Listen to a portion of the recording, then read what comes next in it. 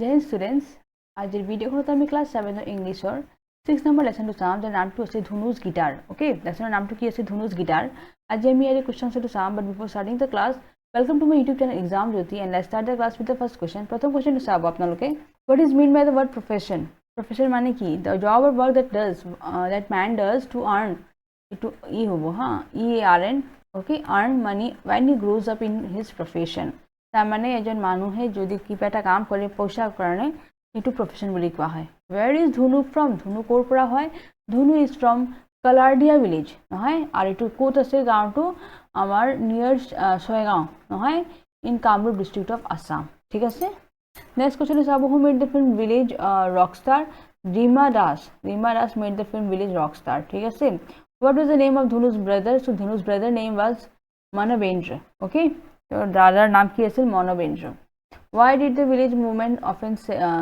span Dhunu okay ane why did the village women often to scold over SCOLD tar mane gali parise scold Dhunu so Dhunu spent her time playing boys game with boys thik ase Dhunu spent her time playing boys game tar lora hator game khelibo with boys and she did not behave like a girl sorry nisa behave kora nasil teo so the village women often scolded her ওদিকে সেই কারণে তারে গাঁৱৰ তিৰটাকে জনিতে গালিও পাৰিছিল what did Dhunu's mother tell the woman who scolded her daughter so Dhunu's mother told the woman who scolded her daughter that none of them come to help her after husband's death and she has been doing both a man's job and a woman's job earning money and looking after her children her animals and her land so তাই মাকজনী খং কৰিলে এই গাঁৱৰ তিৰটাজনীৰ ওপৰত যে কোন যেতে তাৰ হাজবেণ্ডৰ ডেথ হৈছিল কোনে তাই হেল্প কৰা নাই তাই নিজে আৰ্ন কৰিছে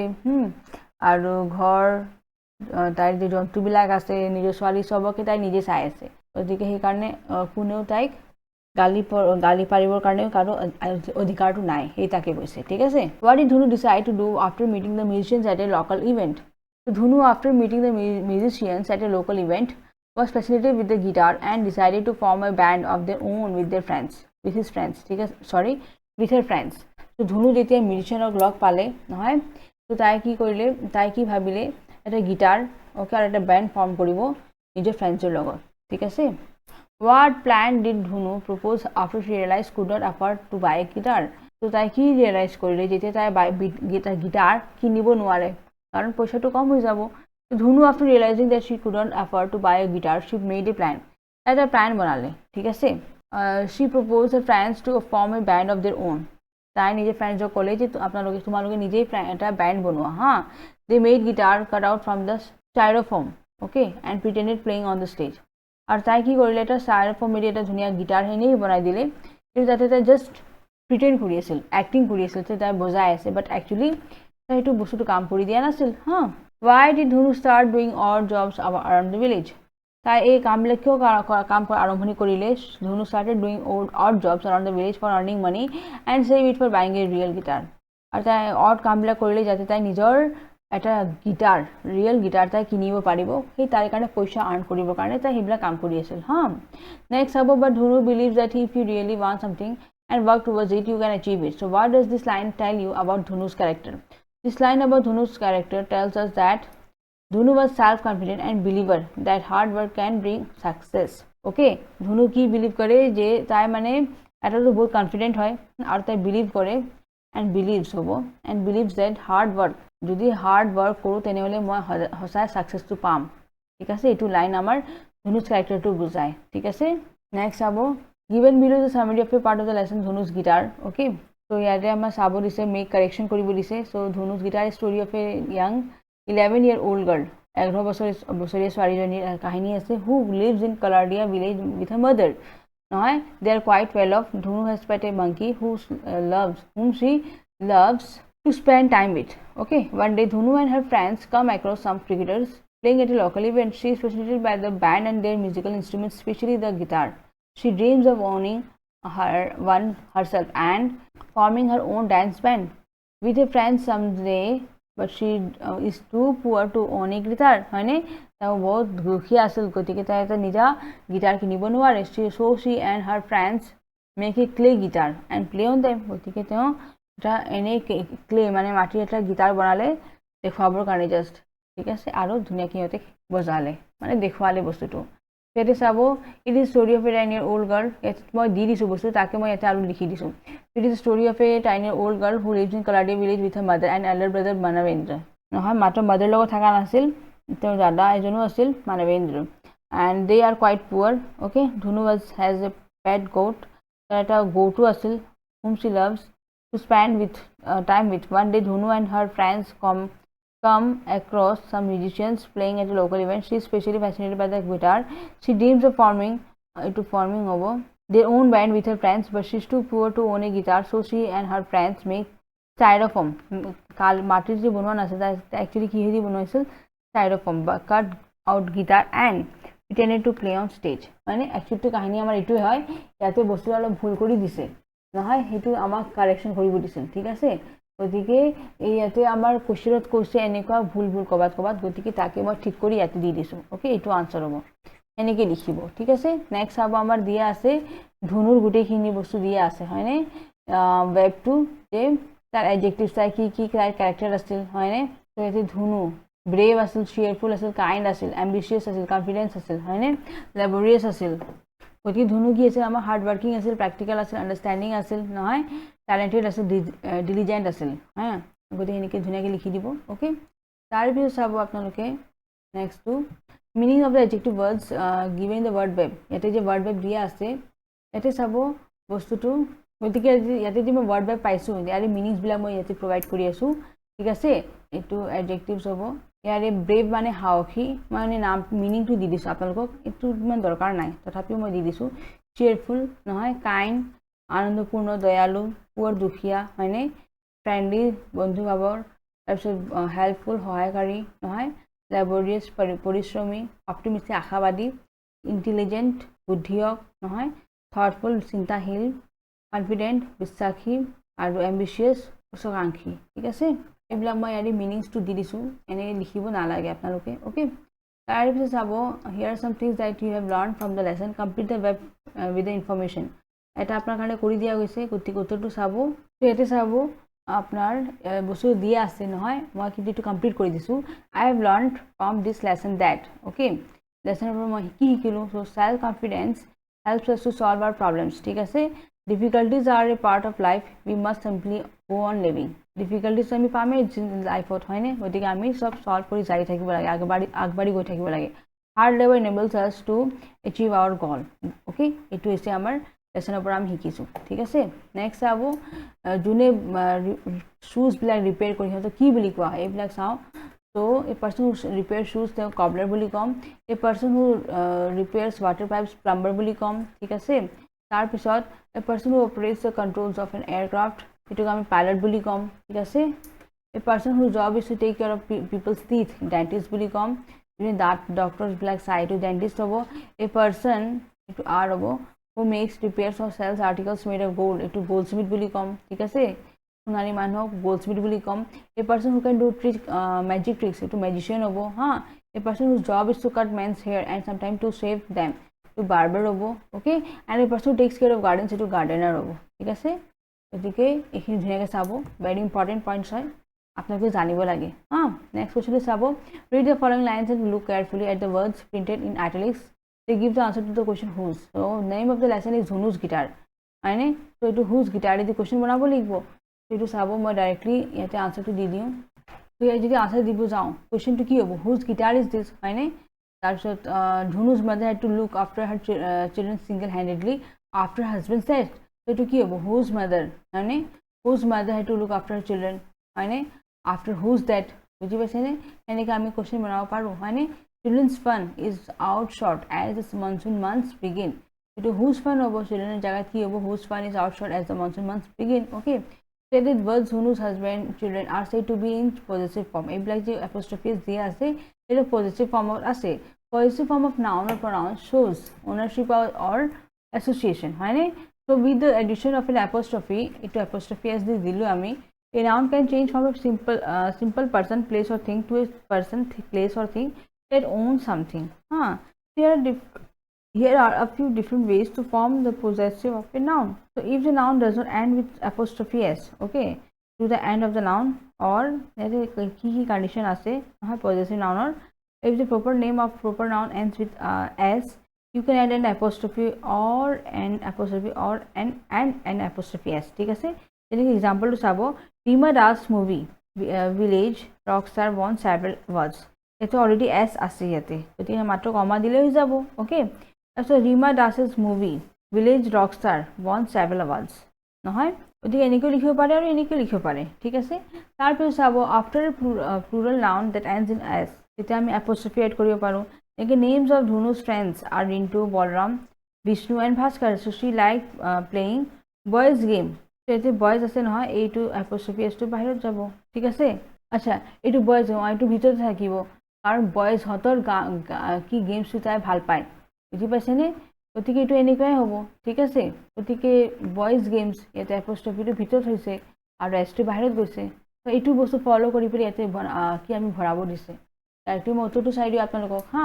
দিছ is Dhunu, the tea stall belongs to her mother, the tea stall belongs to Dhunu's mother. ঠিক আছে, ইয়াতে এপ'ষ্ট্ৰফি এছ হ'ব, তাৰমানে এইটো ধুনুৰ মাৰ্কৰ সেই বস্তুটো আছে, tea stall. Okay, she even does jobs normally done by a man, she does a man's job, হয়নে? apostrophe s. Bhaskar is a friend of Dhunu, Dhunu is Bhaskar's friend. Okay, the car belongs to director, they are the director's cars. They made 4 styrofoam cutout guitars, the guitars colors are red. It is about guitars আমাৰ কি আছে সেই আছে plural ফৰ্মত আছে, গতিকে এপ'ষ্ট্ৰফিটো বাহিৰত গৈ লাগিছে। তাৰপিছত কিন্তু আমি আৰু এছ দিয়া নাই, এইটো চাই আছেনে? গিটাৰ্ছ apostrophe, guitars colors are red.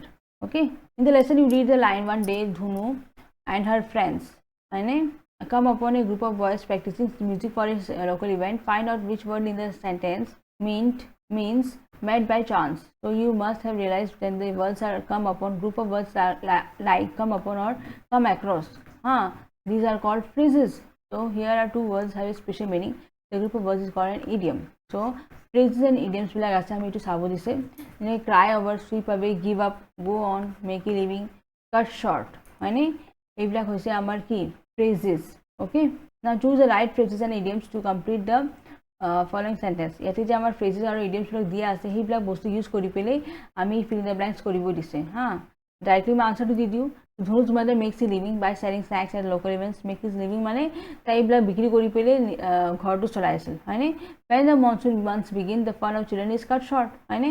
In spite of difficulties, Dhunu and her mother face, life must go on, হয়নে নহয়? Go on to হিচাপ এটা phrase.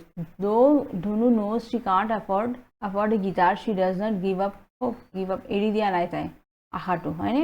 Dhunu was worried that the bamboo post where she had saved money to buy a guitar might have been swept away by the flood. Okay, now work in pairs, জোৰাকৈ কাম কৰিব দিছে, হয়নে? গতিকে এইটো আপোনালোকে কৰিব। নেক্সট চাব question 2 আপোনালোকে।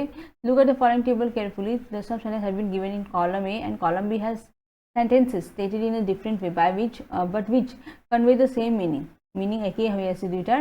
So that is the meaning of the corresponding sentence of column A and B are same but sentence structure are different. ঠিক আছে, structureটো বেলেগ হৈ আছে। So discuss with your partner in what ways the sentence in column B are different from column A. ঠিক আছে, এইটো column A টো words sentence বিলাক দিয়া আছে, এইটো column B দিয়া আছে। তো এতিয়া আপোনালোকে বস্তুটো ডিফাৰেন্সটো বুজাব দিছে। তো চাব difference between sentences in column A and column B is that sentences in column A are in active form and the sentences in column B are in passive form. এইটো বস্তু চাব আপোনালোকে। The monsoon months cut short the children's fun, হয়নে? এই যে monsoon month যে আহিছে তাৰ কাৰণে ল'ৰা ছোৱালীৰ ফানটো মানে নোহোৱা হৈ গৈছে। ইয়াৰকে আমি the children's fun is cut short by the monsoon months, এইটো বাই আহি গ'ল, হয়নে? যদি সেন্টেন্সটো একেই বুজাইছে, মিনিংটো একেই হয়, কিন্তু এটা হৈছে এক্টিভ আৰু এইটো হৈছে পেছিভ।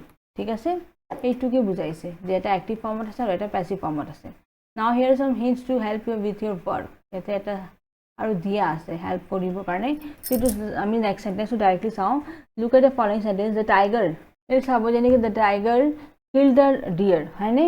So ইয়াতে আপোনাৰ the deer যে আছে, the deer was killed by the tiger. Okay, এইটো বস্তু এক্টিভ হয়, এইটো আমাৰ পেছিভ হয়। ঠিক আছে, এইটো ডোৰ বুলি কওঁ, এইটো ৰিচিভাৰ বুলি কওঁ, হয়নে? চ' আমাৰ এইটো ভইচ চেঞ্জৰ কথা ইয়াতে বুজাই আছে। অ'কে, চ' ইয়াতে first sentence doer of the action is placed before the verb, নহয় killed, and focus is on the doer of the action. ঠিক আছে, ছেকেণ্ড সেন্টেন্সটো চাব, focus is on the receiver of the action.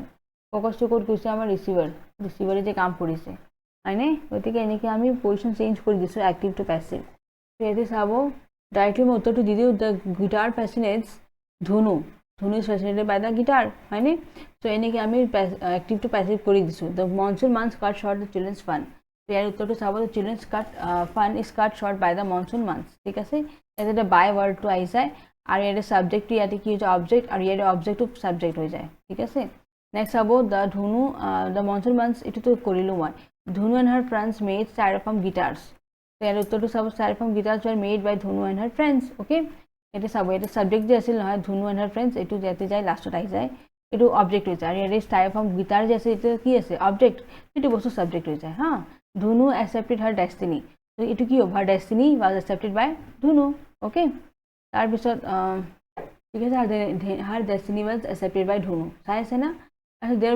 Next আছে আমাৰ Dhunu and Bhaskar rescued their belongings so their belongings were rescued by Dhunu and Bhaskar ঠিক আছে তাৰপিছত চাব the women of the village often called ধুনু নহয় so ইয়াতে চাব ধুনু is often called by the women of the village ঠিক আছে next here are two sentences they are called complex sentence as they have more than one clause হয় নাই so complex sentence has a main clause এটা তো main clause থাকে আৰু এটা আমাৰ subordinate clause থাকে নহয় গতিকে main clause তো এটা complete sentence sense বুজায় ঠিক আছে কিন্তু ইয়াতে কি বুজায় dependent sense বুজায় সেইকাৰণে এইটো subordinate বুলি কয় so ইয়াতে চাওঁ আমি এতিয়া let us read about a young girl called Dhunu who wanted to be a musician. It is about who wanted as an to dependent hui ase kar upor Dhunur upor ane same way Dhunu helps her mother when she is not at school.